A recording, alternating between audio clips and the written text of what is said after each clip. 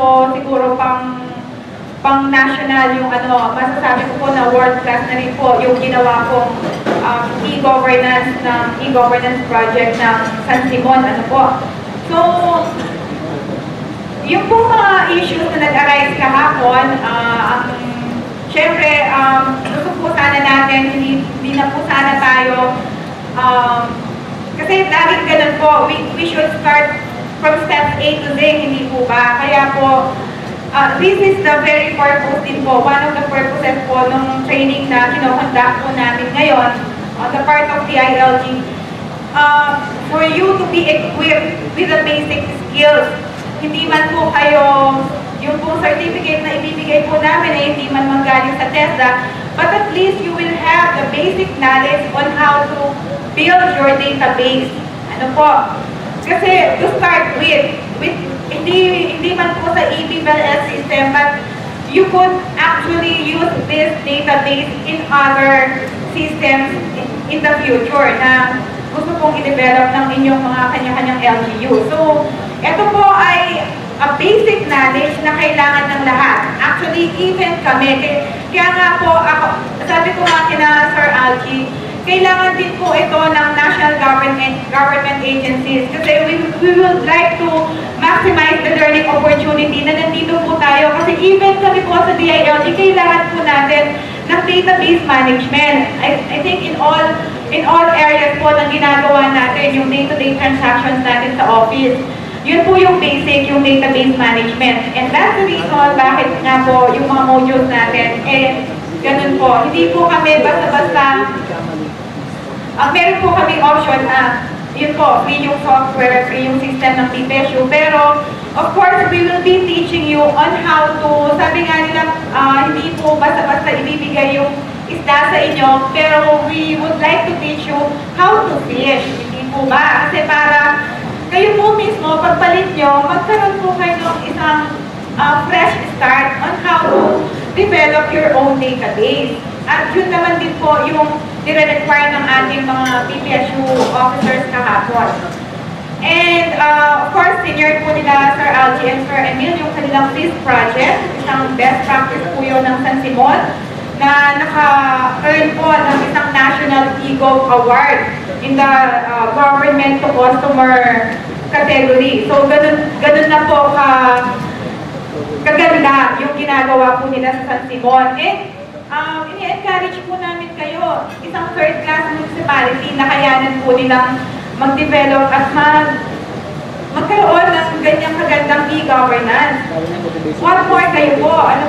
Naniniwala po kami sa abilidad nyo na kaya nyo rin pong gawin. Hindi man po tapatan, pero at least for a start, kaya nyo rin po mag-start from 200,000 na investment until naka-generate po ng how many millions ngayon yung San Simon because of their initiatives, because of their kumbaga yung talagang efforts po nila na ginawa na in-house po yung development. Kasi gusto po natin masustain through the years. Kahit sino man po yung mayor na umupo, andyan pa rin po yung mga systems na yan. Hindi po yung after 1 year, yung pinili po natin system, babaguhin na naman ng bagong umupo. So yung tipo sina Sir Algie and Sir Emil, nakapag-institutionalize po sila ng ganyang e-governance sa kanila. So I'm sure yung kasunod na administration will be inspired on what they have started. So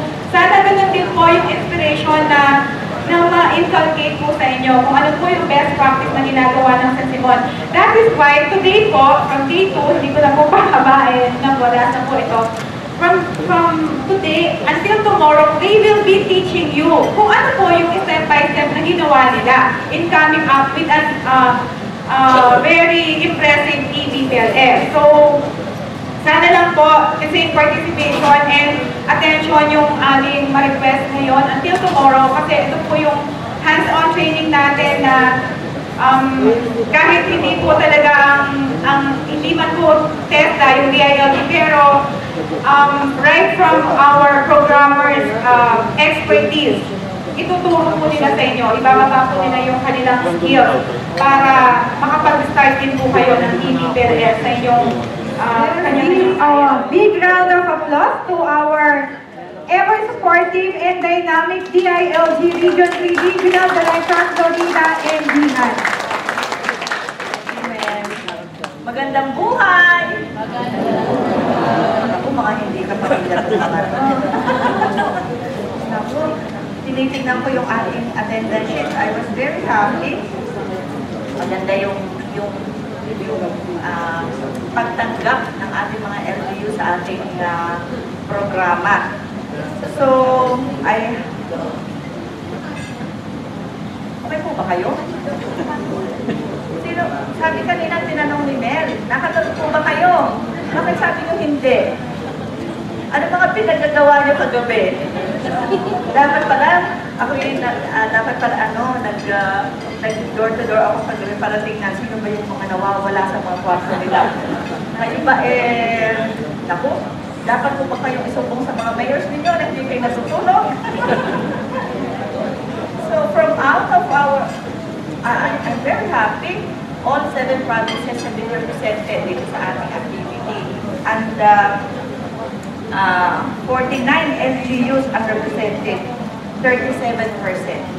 Actually, when we conceptualized this, when Marty's team had proposed to me itong activity na to, I could only surmise that we will be catering to 25%. Alam niyo naman, many are called but few are chosen. Sa akin, 20% would be good enough. But here, meron tayong 37% of the LGUs represented. 122 participants. At ang nakita ko, Diyos ko, ang babata. Sino po sa inyo ang nasa service na before the local government code? 1991, local government code. Uy, pakita sa mga naman, okay, mahiya. Okay. Uy, siguro kayo ay mga 15 pa lang nasa munisipyo na. Okay. At all the rest, panahon na ng local government code of 1991. Kitang-kita naman. Iba't-iba ang profile ninyo. Kay sapat ang kausap namin nila Marty ay yung ating mga local elected officials. Pag sila mga kasama natin sa picture taking, nasisilaw ang photographer. Nasisilaw ang photographer. Parang talagang naging biktima ng denudation. Okay. Dito, maano pa. Kita pa natin yung alertness, agility ng mga kasama natin. So I would like to request you to send my thanks to your local chief executives for sending you over para makiisa. Mind you, ang dami nilang ine-expect pagbalik ninyo. Yun ang problema. The big question kasi is, after the training, what's next?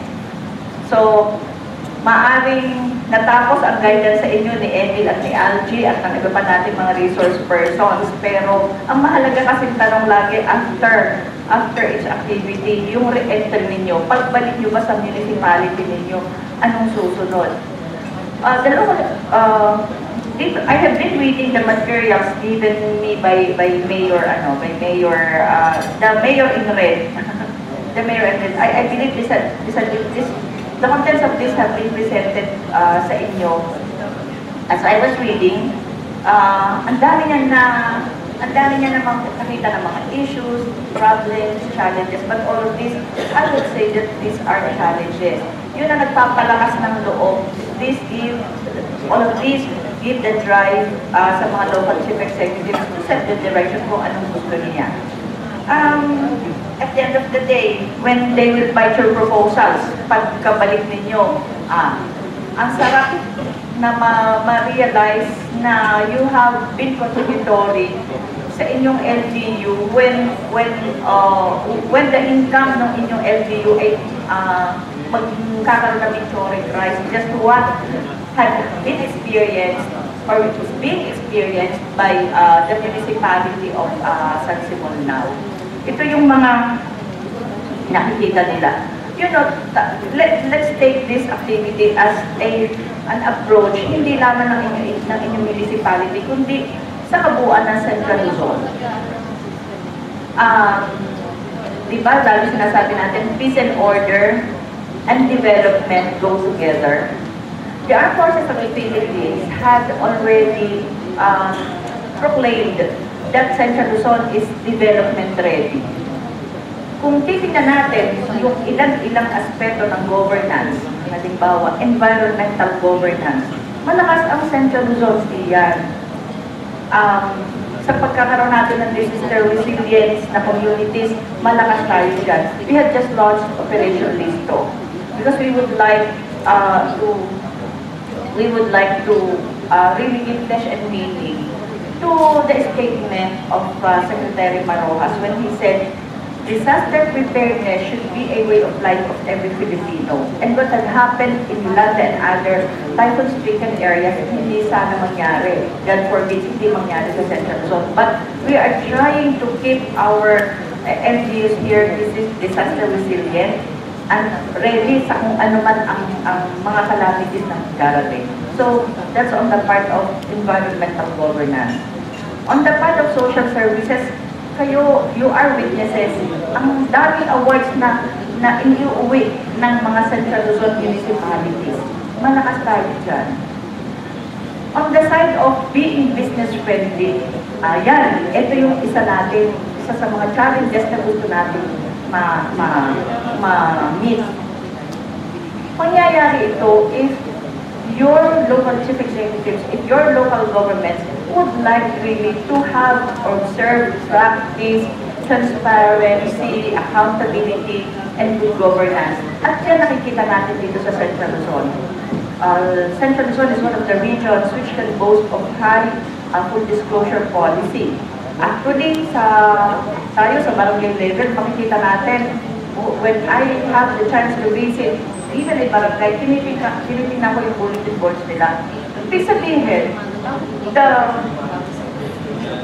marami na tayong mga structure na o institution na in place na dito sa Central Luzon.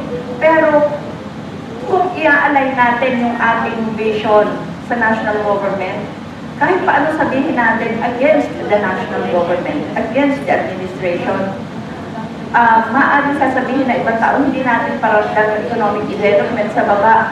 Pero the Social Weather Station, Moody's, and other research groups would say na talagang the trajectory of economic development of the Philippines is comparatively doing well sa ibang bansa. Ngayon, ito ba mararamdaman natin? Maaaring that would spell out more IRA kung tayo malaki ang collection. Ngayon, pagdating sa baba, let's try not, gusto kasi natin for these LGUs not to be IRA-dependent. At isa ito sa mga nakita ni Mayor ng San Simon. Kaya sa napakaraming pagkakataon, San Simon has been our awardee. At isa sa nakakatuwa sa San Simon, hindi naging madamot ang San Simon at ang iba nating mga agencies, ay iba nating partners, to share, to willingly share kung ano man ang the gains that they have gotten from itong kanilang mga initiative na ito. I suppose, I surmise that your local chief executives would also like to do the same. Ngunit, probably, they haven't, or probably they don't know yet of some venue or forum kung saan magkakaroon tayo ng ganitong mga sharing of information.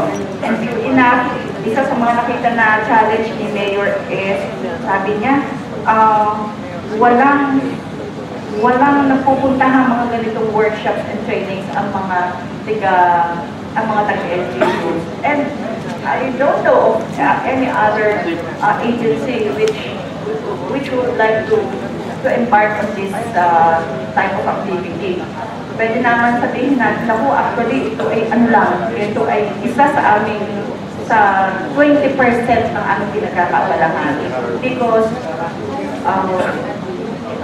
embarking on the Pareto principle, yung 80-20 pa, 80% of our job ay nasa disaster preparedness kasi and PUB and other infra projects, only 20% etong nilalaan namin sa ibang mga programa at kasama ito sa 20%. It's good that Marcos team has conceptualized this, and I really appreciate that. But what do we lack?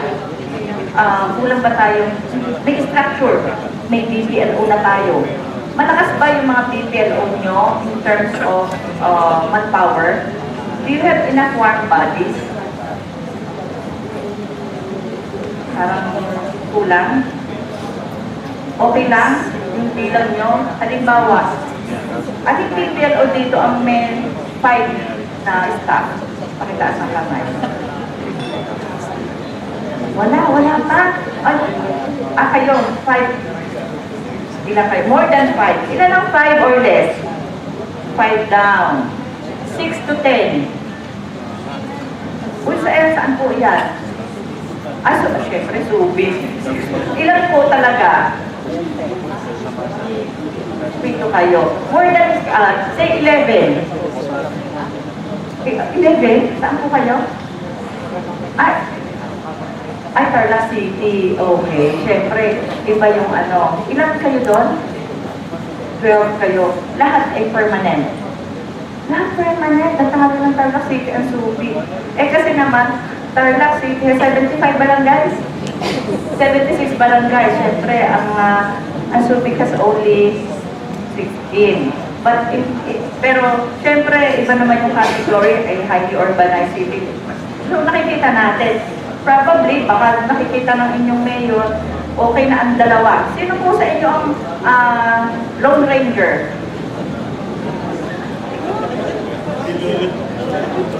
Ito yung mga dapat nating hinahangaan. Kasi, pagpasok nyo ng January to, eto na. Hanggang 20, eto na. Diyos ko. Tanong ko sa inyo, how do you handle yung init ng ulo ninyo pag kayo nai-stress na? Kinakaya nyo pa? Kinakaya nyo kasi dapat tayo nakangiti doon sa ating mga taxpayers. Sus Mariosep. Oh. Pero ma'am, hindi na po halata na kayo Lone Ranger. At least kayo web-voiced pa din. Pag kayo humaharap sa... Ganun talaga yung...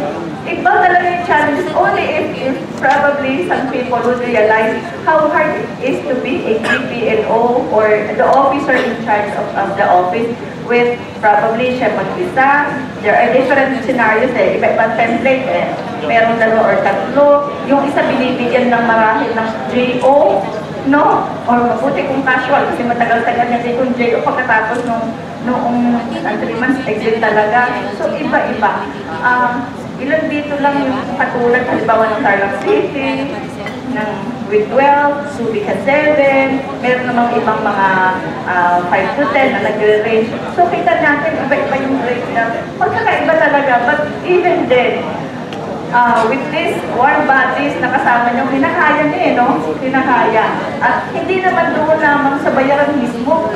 Yung maraming trabaho pa, there should be support projects na i-employ ng isang BPLO to really ensure na mataas yung income para gastusin ng ibang agencies. Kasi kayo ang taga-kolekta para gastusin naman ng ibang departments. Kaya dapat kayo ang mahal ng mga ibang kayo ang dapat na mahal ng ibang departments nyo. Hindi si treasurer. Kasi si treasurer naman, naglalabas lang ng pera when the budget officer says, funds are available sa accountant, leto lahat ng documents, si treasurer nagbabayad. But meron pa sa inyo, I just would like to some demographics. Ilan sa inyo ang BPLO na nakahiwalay na ang unit talaga sa treasury? Nakahiwalay na. Kasi there are some, I believe, na mga treasurer, BPLO na nasa ilalim ng Office of the Treasurer. Meron ba sa inyo po noon? Or kung minsan si treasurer ang BPLO, meron pa po noon. Ayan. So, iba-iba pa talaga yung template ng mga iba-ibang LGUs. Talagang of varying So, itong mga templates na ito vary, probably depending on the feel siguro nung ni Mayor at ng Sanggunian, nung importance nung papel yung ginagampanan. No. So, siguro sa iba may BPLO na anong SG? Baka may ibang mataas ang salary grade. Sir, hindi po naman ako taga-BIR. Ano pong SG nyo? Tanong lang. OIC po kayo. Aba, sila hindi nyo na kay Mayor rolling yung ano nyo. Sa Subic kay Mayor Comun. Oo. So, makikita natin. But probably, if you will be, after this seminar, after this workshop, if you will be introducing reforms, given the new mindset, if you be introducing reforms to your mayors, at makikita nila, maganda ito. And after a year, makikita nila yung bunga, probably that he may deem, or even the Sanggunian may deem na kailangan i-upgrade yung inyong offices and give you the support that you need. Kasi kung minsan magsabi kayo, hindi kayo ng computer, ano ba bang computer? No, para bang, I believe in some LGUs, para bang struggle ang magsabi sa mayor, sa Sanggunian, ng mga kailangan manpower at saka hardware. Anyway, it takes a lot of courage and I believe charm to do that. So, ano yan, medyo mahaba-habang pag-iisipan kung paano ang proper approach sa ating mga local officials. Probably, Marty, is Marty here, sa susunod na taon, ang titingnan namin, alin amongst the 49 LGs na narito ang nagkaroon ng reform. We will try to visit you sa susunod na taon, but in between this period, we will try to monitor kung ano ang nangyayari, what reforms have you introduced, and what your LGUs have adopted. Para kasi I believe na kaya kayo pinadala dito, hopeful ang inyong mga LCAs na magkakaroon ng reforma sa inyong mga bayan. I'm sure of that. Your mayors, I believe, may political will. Kaya siguro sa invite namin, nagpadala ng tao kahit ang iba isa. Probably because yung isa nga yun, si Lone Ranger nga lang yun. But with economic growth being experienced now by the country, the local government should rightfully share not only the benefits, but also the accountability and the responsibility and its own share of tasks to do. And ito yung mga ibinahagi sa inyo at ibabahagi pa hanggang bukas. I believe that when we embrace this paradigm, everything will be geared towards excellence in governance. Maraming money, finances is the lifeblood of any organization. Kaya ako'y naniniwala kayo ang malakas doon sa inyong mga mayor eh. Kung gaganda ang kita ng LGU, gaganda ang services, with the transparency and accountability principles being imbibed by your LGUs now, I don't think the people of Central Luzon, specifically the LGUs, mabaliwala lang. Ako'y natutuwa talaga sa feedback na ibinigay sa akin ng training team na napaka-diligent ng mga studios yung ating mga participants. Sana magtuloy-tuloy po ito even after ng ating activity na ito, yung inyong passion. And I believe that only passion. But i-invite din natin yung virtue po na gusto ng ating Santo Papa when he visited us. Sinasabi niya, ang kailangan is compassion, malasakit. Kung tayo kasi nagmamalasakit sa ating trabaho, parang mas masarap. We give more than we are expected to do. In the first place, hindi po naman kayo pagtitiwalaan ng inyong mga local chief executives na humawak ng isang napaka-delicate na position ng pagiging BPLO.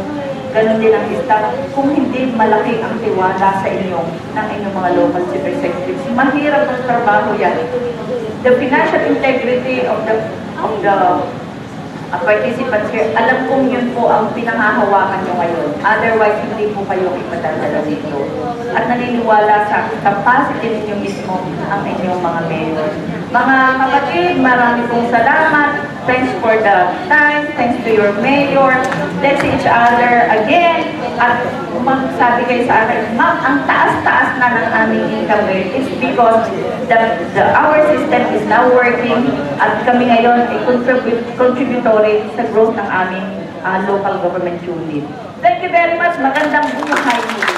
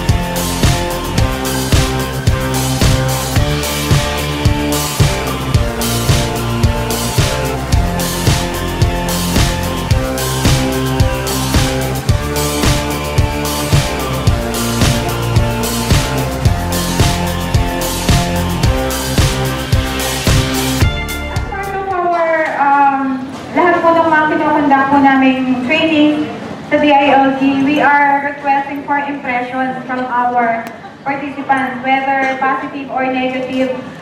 We are open to positive and negative criticisms. Pero syempre, mas nakakataba ng puso yung marinig yung mga positive. But we are much more open to negative feedbacks, ano po, para kami rin po, mas ma-improve po namin yung, sabi ko nga po kay Sir Marty, yung aming CDD shift. Alam niyo po, yung mag-manage po ng ganito karami, hindi po madali para sa amin. Kasi gusto po namin i-please po sana lahat. Pero nanghihingi po kami ng apology dun po sa mga hindi masyadong na-meet yung expectation po nila. Pero we are, of course, continuously improving and trying our best to help you po sa aming mga ganitong endeavors. So, sa punto pong ito, nais po nating marinig yung mga impressions from the point of view ng pong ating mga BPLOs and from the point of view po ng mga IT staff natin na nag-attend po sa ating training. Ano po? So, may we now request our first participant to give his impression. May we request Sir Ramil Santuyo. Siya po ang Business Permit Licensing Officer ng Pilar, Bataan. Palakpakan naman po natin si Sir as let us lend our ears to our participants' impressions. Una-una, magandang umaga po sa ating lahat. So, sabi nga po ni Ma'am Emil, magbigay daw po ko ng konting komento or impression sa naganap na natin sa iba. Para po sa akin, maganda mo po at very informative. Kaya lang po, siguro masasabi ko lang po, unfortunately, sa part po namin ng mga municipalities, na malinis na municipalities, wala po sa amin, wala po kaming IT. Ngayon, kung mag-ahay naman po kami, overstaff naman po kami ngayon. So, yun po ang naging problema lang po sa amin. Pero the seminar itself, okay naman po, wala naman po problema. Kahit hindi ako medyo marunong sa computer, basic lang po ang alam ko, medyo may natutunan po ako. So, yun lang po siguro masasabi ko dahil nga po, yung wala po kami sa staff at saka yun nga po sa IT. Kaya, siguro pwede po mag-realize yan. It will take years or I hope months lang po. Pero it will take years siguro po sa amin para po sabihin rin ma-ameliorate ang aming proseso ng aming pag-release ng videos. Pero ganun pa man po, may pagmamalaki po namin sa munisipyo po namin. Kahit po kami ay kakaupi lang at ibig sabihin ay paano-paano lang po. Masasabi ko po, within 20 minutes or 15 minutes, kaya po namin i-release ang videos per day. Yun lang po ang masasabi ko sa inyo. Maraming po salamat po. Maraming salamat po, Sir Ramil. Napakaganda po ng sinabi ni Sir. Ano po, and of course, naiintindihan din po namin yung sitwasyon nila, Sir, sa case po ng Pilar, Bataan dahil wala nga daw po silang naka-assign na IT staff under ng BPLO.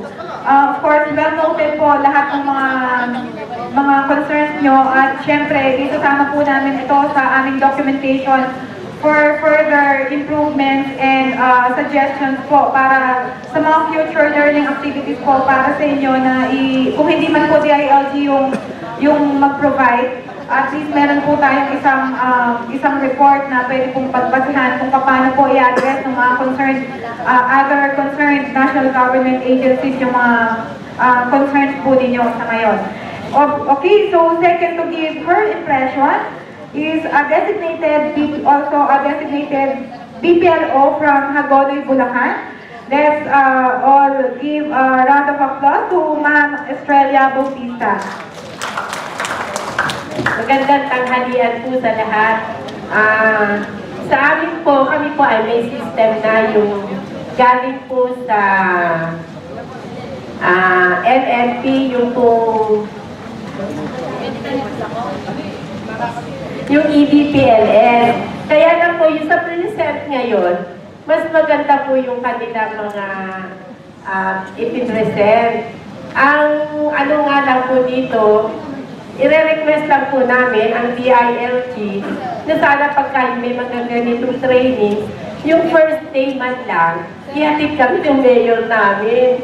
Kasi para po nakikita nila kung gaano kahirap yung ginagawa natin dito. Hindi naman po tayo nagpapabanjing-banjing lang para po makita nila sulit yung ibinabayad nila registration para sa atin at saka yung ating mga birthday.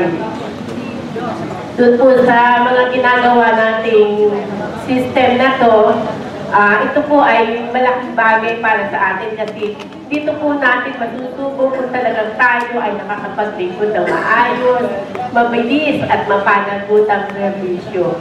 Maraming po salamat sa mga trainers natin at sa mga taga-ILC.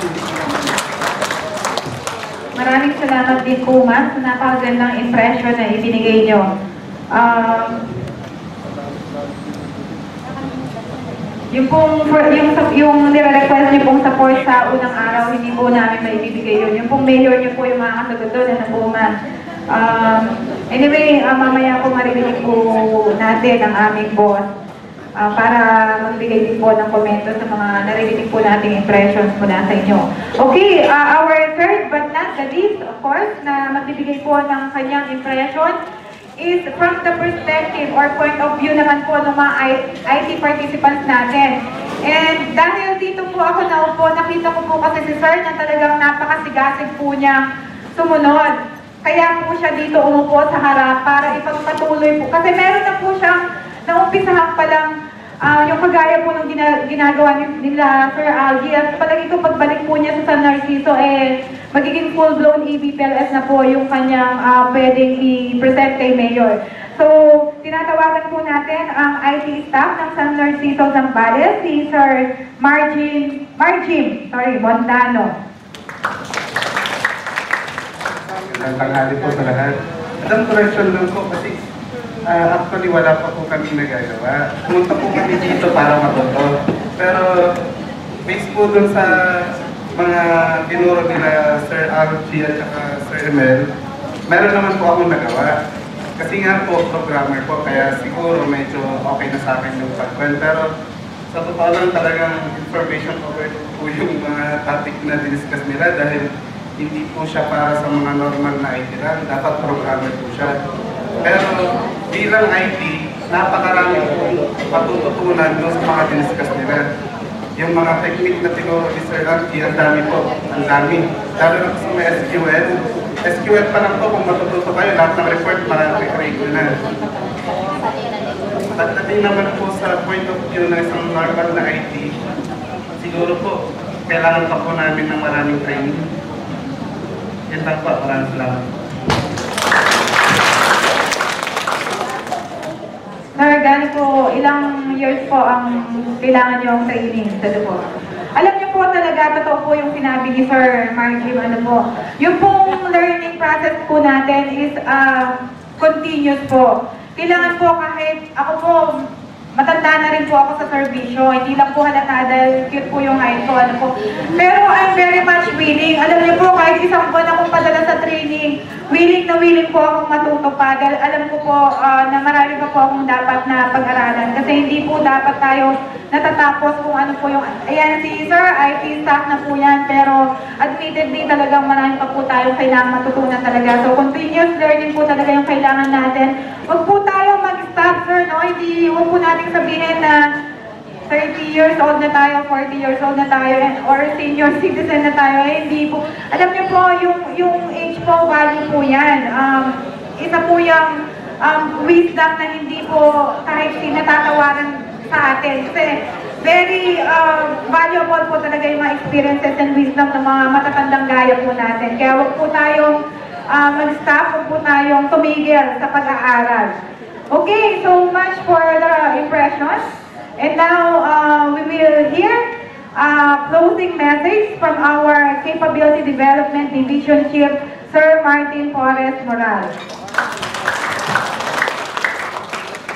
Okay, lumalakas na yung palakpak kasi tapos na. Naintindihan ko naman po yun. Ang gusto nyo lang mangyari, maiksi na yung sasabihin ko. Okay, hahabaan ko. Anyway, this is the first engagement natin sa inyo, diba? Ngayon lang tayo, well of course, yung iba dahil mga participants natin doon sa web page, nakikita na. Pero dito sa project natin, sa BPNS or ABPLS, ngayon pa lang. Others, ngayon pa lang na-invite o dumalo sa training ng DIST. Okay. Napansin ko, kung ako'y naupo, talaga kung hindi ko magagawa. Yung mga itinuro nila Sir Alfie dahil di naman ako, kumbaga, kung ABCD ang pinag-uusapan sa skills dito sa nasa A lang po ako. Okay. Pero napansin din namin na dalawang klase yung nandito, actually three. Yung una, yung meron na palang system. Sumama dito para makita kung ano yung offer. At medyo siguro mag-rest na rin dahil sa very routine ang ginagawa or para naman medyo makarelax-relax. Pangalawa, meron naman yung nandito tayo dahil hindi naman mga expert. Ang gusto is yung ibigay na lang yung system. Then from there, parang encoding na lang. So we have PPSU for that na ibibigay yung system tuturuan ng training. And mainly dahil nandito yung maraming mga ITs, they want na nakikita naman namin na kung gawa ninyo, marami kayong, kumbaga ma-expand ninyo. Kasi kayo yung may gawa, kayo yung nag-develop. Na sa point of view ng ating mga speaker, kayo gumawa, alam nyo kung paano ninyo i-troubleshoot. Yung ganun ba. Unlike yung ibibigay na lang pagka nagkaroon ng problema, babalik ka dun sa nagbigay sa iyo. Kasi ang alam lang natin is code, put some input, ilagay kung sino yung mga payors, yung mga ganun. Whereas yung iba na talagang sila gumawa, siguro mag-uumpisa lang muna sa isang aspeto ng system, then moving to other areas kamukha na ginawa ng San Simon, di ba? Impressive naman talaga yung ginawa ng San Simon. But you cannot expect that na sa umpisa, ganun na talaga. You have to start somewhere, di ba? So yun, hopefully, doon sa mga bago or ngayon pa lang, katulad ng objective natin na sana by the end of the year, lahat ng mga LGUs na wala pang system or yung ETS, yung electronic, magkaroon na. Hindi naman natin hinihingi na pag-uwi nyo next week, meron na. Hindi naman po. So, kailangan i-develop nyo pa yun. At maraming trabaho. Kaya mag-e-end, mag-closing tayo dito. Pero marami pa rin gagawin pag-uwi ninyo. And hopefully, mai-sell nyo, mai-market sa mga local chief executives yung importance of having this system. Di ba? Ang gusto talaga natin dito, una, mawala yung human intervention. Pangalawa, sa mga IT, manatili kayo doon sa paghahawak ng system. And hopefully, pag dating ng panahon, pagka nakita ng ating mga SP, yung mga job orders na I do believe marami dito, hindi na pakawalan ng mga LGUs at eventually ma-hire as regular or permanent, maging permanenting employees. So, sana ganun ang mangyari. And I do believe hindi lang naman ito yung first and last engagement namin sa inyo. We'll be inviting others so that we could improve on the system and move to other areas. So, yun lamang po, and hopefully, naging fruitful naman yung pag-stay nyo rito, nakarelax kayo. At least nakarelax man lang, nakakain ng masarap, nakapunta dito sa mga pasyalan dito sa Subic. hopefully nabigyan kayo ng baon ng inyong mga hepe o hindi man si Mayor at may mauwing pasulubong. So marami po kayo mabibiling chocolates dyan, kaya lang may bayad. So kayo na po ang bahala dun sa bayan. So in behalf of our regional director, kami po nagpapasalamat at hanggang ngayon, nandito pa kayo dahil wala pa yung certificate of appearance.